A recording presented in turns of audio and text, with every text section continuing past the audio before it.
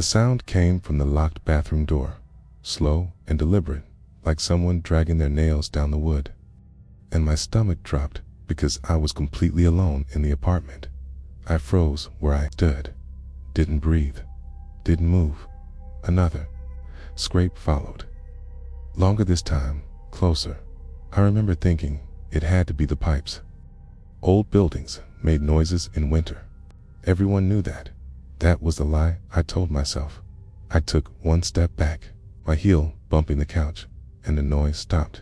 2. Suddenly, I waited. Nothing. My heart kept pounding anyway. I could hear it in my ears, louder than the music still playing. Softly from my phone on the kitchen counter, some random New Year's playlist. Happy voices, laughing crowds, countdown songs. It didn't match the room anymore. I glanced at the bathroom door again. The handle wasn't moving. The light under the door was off. Just a dark rectangle at the end of the hallway. I told myself I was tired. New Year's Eve always made me anxious. Too much noise, too many expectations. I laughed quietly at myself. That was my first mistake.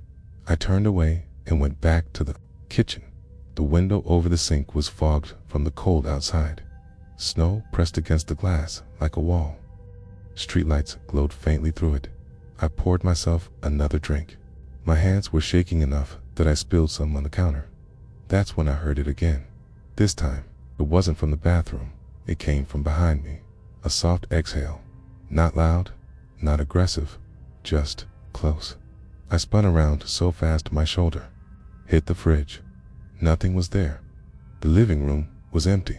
Couch, coffee table, TV reflecting my own pale face. The hallway stretched back into darkness. I stood there, staring. My breath shallow. I could smell something faint now. Damp, like wet clothes left too long. I checked the front door. Locked. Chain still on. I even pulled on it to be sure. Locked. The scraping sound came again, louder, and this time it came from the hallway wall itself. Like something sliding along the inside. I stepped back, pressing myself against the door. "No," I whispered, even though no one was supposed to hear me. I grabbed my phone. No signal.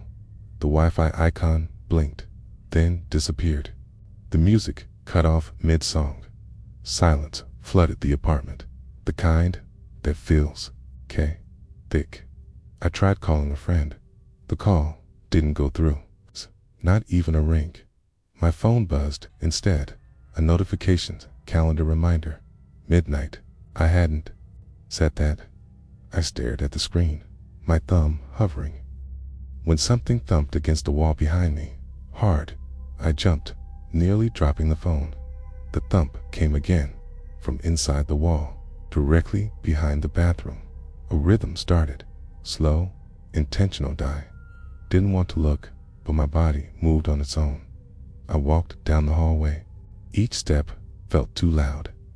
The floorboards creaked under my weight, echoing like they were betraying me. The bathroom door was still closed, but now the light under it was on. A thin, yellow line spilling across the floor. I stopped a few feet away. My reflection stared back at me from the mirror mounted on the hallway wall. My eyes looked wrong. Too wide. I raised my hand. My reflection was half a second late. I sucked in a sharp breath and stepped back. The bathroom light flickered. Then the handle turned, just slightly. I backed into the opposite wall, my shoulders pressed tight, my chest burning.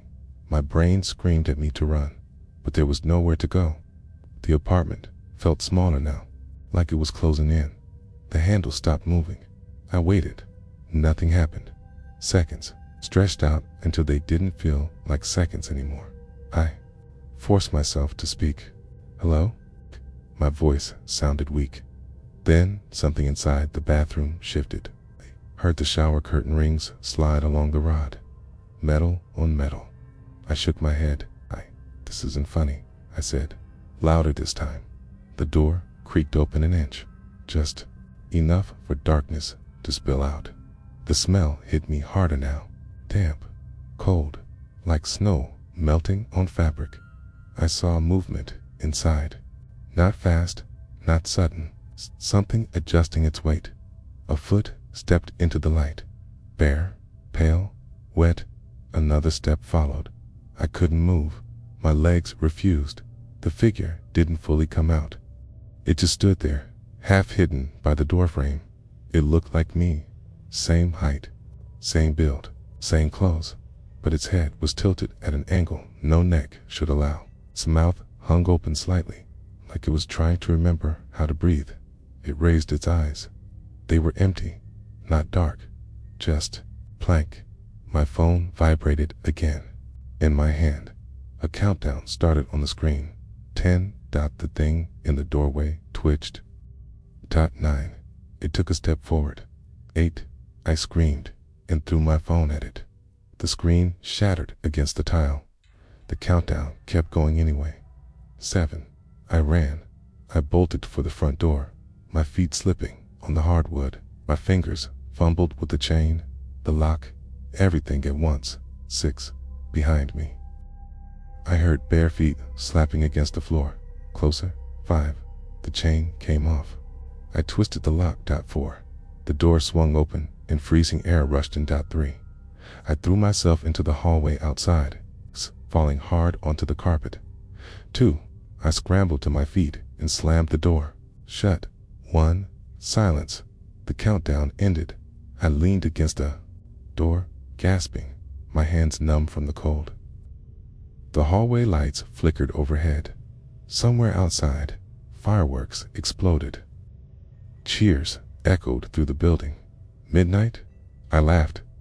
I actually laughed. A broken, hysterical sound. I was safe. I was outside. It couldn't follow me. I stayed there for a long time before I realized something was wrong. The sounds of celebration were too clear, too close. I looked down the hallway. Every apartment door, it's open, every single one. And from inside each dark doorway, someone was standing, watching, waiting. I didn't understand what that meant yet, but I knew one thing for sure. The year had just started. Someone was standing in my neighbor's window, completely still, and the fear hit me so hard, I dropped my phone onto the snow. Kai didn't pick it up right away. I couldn't stop staring. The building across the street was dark, except for that one apartment. 3rd floor, curtains open, it's on, and a figure standing just close enough to the glass that I could see the outline of their head and shoulders. They weren't waving, they weren't moving, just standing there. I told myself it was nothing. People stood near windows all the time, on New Year's Eve, watching fireworks, waiting for midnight. That explanation felt thin, but I grabbed onto it anyway. I bent down, picked up my phone, and brushed snow off my gloves. The cold was sharp tonight, the kind that burned your lungs if you breathed too fast. When I looked back up, the figure was gone. Relief washed over me, quick and strong. I let out a breath I didn't realize I'd been holding. See, nothing, just nerves. I turned and walked back toward my apartment building, my boots crunching against ice. The street was quiet, almost too quiet for New Year's Eve. Most people in my area celebrated indoors. Still, I expected more noise, music, laughter, something. I reached the entrance and stopped. My reflection in the glass door looked wrong. Pale, tense, eyes darting behind my reflection. The light in that 3rd floor apartment came back on. I turned slowly. The figure was back, closer to the window this time. My stomach tightened. I could make out more detail now. Person, tall, wearing something dark. Their head was slightly bowed, like they were looking down at me. I felt stupid, standing there in the cold, staring like an idiot. I shook my head and pulled the door open. Stepping inside the building, the lobby was empty, dimly lit. Warm air hit my face. I stood there for a moment, listening to my own breathing. I pressed the elevator button while I waited. I glanced at the security monitor near the desk. It showed the street outside from a different angle. The third-floor window was visible. The light was off. No figure. The elevator dinged, and I jumped. I stepped inside and leaned against the wall, my heart still racing. I told myself I was done. Looking outside tonight. Hey, whatever was happening over there wasn't my problem. The doors slid shut as the elevator started to rise. My phone buzzed. A text message from an unknown number. Do you see it too? My chest went tight. I typed back. See what? The reply came almost instantly. The countdown. I stared at the screen. My fingers hovered, then slowly typed, "Who is this?" No response. The elevator stopped on my floor. The doors opened to an empty hallway. The lights flickered overhead. I stepped out, my skin prickling. As I walked toward my apartment, I noticed doors opening, cabers stepping out into the hall, couples, families, everyone dressed for a party. They were smiling, laughing. One of them looked at me and said, "Almost midnight." I forced a smile back. Inside my apartment, I locked the door and leaned against it. The quiet pressed in around me. I could hear distant fireworks starting to pop somewhere far away. I checked my phone again. Another message. Look outside again. I walked to the window, slow and careful, like the glass might bite me if I moved too fast. I pulled the curtain back just a little. The apartment across the street was fully lit now. The figure stood in the center of the window, but now there was more than one, three silhouettes, all facing outward, all completely still. My throat went dry. I zoomed in with my phone camera, my hands shaking. The image blurred, then focused. They looked like normal people. Different heights, different builds, but none of them blinked. My phone buzzed again. They weren't there before, the message said. I typed back, "Who are you?" A pause. Then, apartment 3B, same building as you. My eyes flicked to my own hallway door.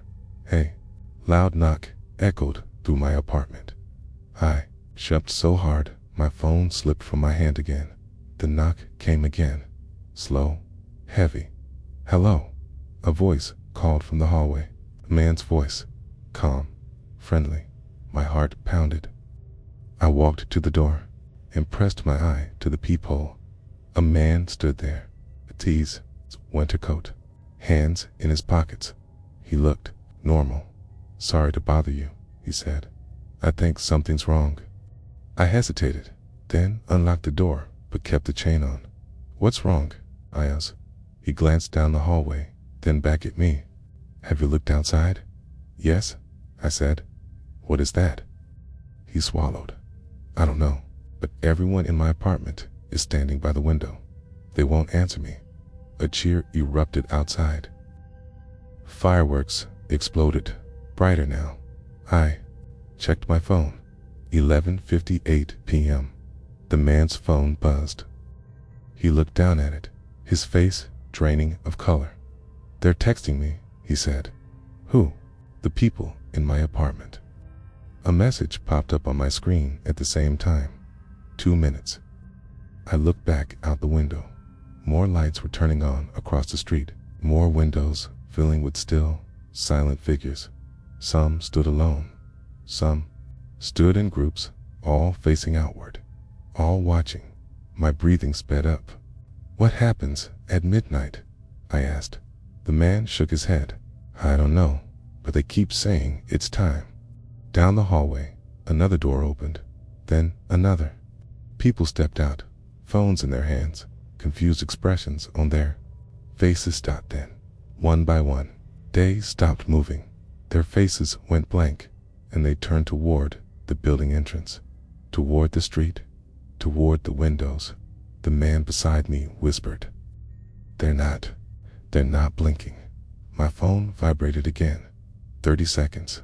Sighed. The cheering grew louder. The sky lit up with color. I slammed my door shut and locked it, ignoring the man's shout of confusion. I backed away, my chest tight, my thoughts spiraling. I watched through my window as the countdown began on the street below. Every figure across the street raised their head in unison. Lights flickered inside my own building. I heard movement in the hallway, slow footsteps. Someone pressed a hand against my door from the outside. I saw the shadow slide under the frame. My phone buzzed. They're ready. The figures across the street smiled. All at once, the footsteps stopped. Outside my door, silence swallowed the building. Midnight, the fireworks exploded. The lights across the street went out instantly. All the windows went dark. I stood there, shaking, waiting for something else to happen. Nothing did. Minutes passed. Then my phone buzzed one last time. Next year is yours. I moved away from the window and sat on the floor until morning. When the sun came up, the building across the street looked normal. Curtains closed, no lights, no figures. I told myself it was mass hysteria, stress, cold, New Year's nerves. But every year since then, when midnight gets close, I don't go near the windows, because sometimes when the countdown starts, I feel my phone vibrate, even when it's turned off. The phone started ringing behind me, even though I was sure I had unplugged it. And the sound made my stomach drop instantly. I froze. The living room was dark, except for the blue glow of the TV screen, showing a muted New Year's countdown. Snow tapped lightly against the window. The phone rang again, slow, old-fashioned, wrong. I stared at the wall where the landline used to be mounted. I hadn't used that phone in years. I remembered unplugging it earlier because I didn't want interruptions. The ringing didn't stop. I stood up slowly, every muscle tense, and walked toward the kitchen where the phone sat on the counter. It was ringing. The cord hung loose from the wall, not connected to anything. I swallowed hard and picked it up. Hello? Static filled my ear, low, heavy, like breathing through fabric. Then a voice came through. You answered faster than last time. My heart slammed against my ribs. Who is this? A pause. Don't you remember? The voice asked calmly. You called me first. I pulled the phone away and stared at it like it might move on its own. Reflection in the dark screen looked pale and unfamiliar. I didn't call anyone, I said. The voice chuckled softly, not amused, more like patient. That's what you said before too. Before I could respond, the line went dead. The TV volume suddenly spiked on its own. The crowd on screen was cheering. The clock read 11:41 p.m. I unplugged the phone completely and set it face down. My hands were shaking now. I told myself it was a prank, some weird glitch, old wiring, stress. Being alone on New Year's Eve always messed with my head a little. I turned the TV back down. Then my cell phone buzzed. Unknown number. A text message. You shouldn't have unplugged it. My mouth went dry. I typed, "Stop texting me." The reply came instantly. We don't have much time. I looked around my apartment. Everything felt staged, like a set, waiting for something to happen. The shadows seemed darker than they should have been. I checked the locks. Door locked. Windows shut. Another message. Do you hear it yet? I listened. At first, nothing. Then I noticed a faint sound under the TV noise. Rhythmic, clicking. Soft, metallic, click, click, click, click, click. It was coming from the hallway outside my apartment. I muted the TV. The clicking grew louder, like someone pressing buttons. I walked to the door and leaned close, holding my breath. The sound stopped immediately. Silence to clean. My phone buzzed again. They're checking the numbers. What numbers? I typed. The ones who were still awake. A memory surfaced suddenly, sharp and uncomfortable. Last year, New Year's Eve, another apartment. Another phone call I didn't remember making until now. My pulse quickened. What happens at midnight? I asked. There was a longer pause this time. Midnight is when the calls stop. The message finally said. The landline rang again, even unplugged. I backed away slowly, my legs weak. The ringing was louder now, echoing through the apartment. I grabbed the phone and answered without thinking. "Please stop," I said. "You said that last year?" The voice replied, "Right before you hung up." "I don't remember you," I whispered. "That's the point." The clicking returned in the hallway. Closer now, slower, click, click. "What do you want?" I asked. To finish the conversation, the voice said, "You promised." My eyes drifted to the TV. 11:52 p.m. The crowd was counting down already. Practice runs, excitement building. "I didn't promise anything," I said, another soft laugh. "You promised to stay awake." The hallway lights flickered. I felt a pressure in my chest, like panic pushing up from inside.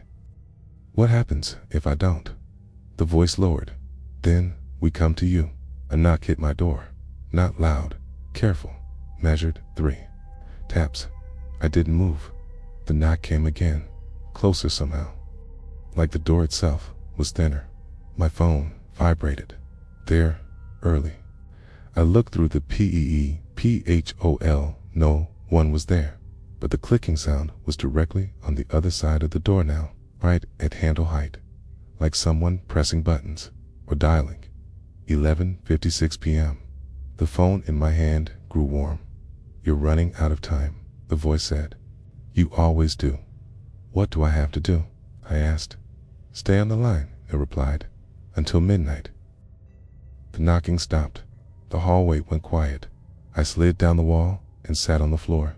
The phone pressed to my ear. My breathing was shallow. My thoughts raced. The voice stayed on the line, but didn't speak. I could hear faint background noise. Wind, distant fireworks. Another crowd, not mine. 11:58 p.m. My cell phone buzzed with another text. "Don't hang up. ID end. Single quotes." My hand cramped around the receiver. Sweat ran down my neck. 11:59 p.m. The voice spoke again, soft, close. "Do you remember what happened after midnight last time?" I shook my head, even though it couldn't see me. "You fell asleep," it said. "That's why you're still here." The TV volume rose again on its own. 10.9. The hallway lights went out completely. 8-something slid under my door. A shadow. Then, moving. 7. My phone vibrated violently, screen lighting up with missed calls from unknown numbers. 6. The voice tightened. "Stay awake. Double quotes. 5. My eyes burned. My body felt heavy, like gravity had increased. 4. I blinked hard, fighting it. 3. The shadow under the door stopped moving. 2. The voice whispered, "If you hang up, we'll try again next year." 1. Midnight. The fireworks exploded. The line went dead. The landline went silent. The shadow vanished. I sat there for a long time, listening to my own breathing.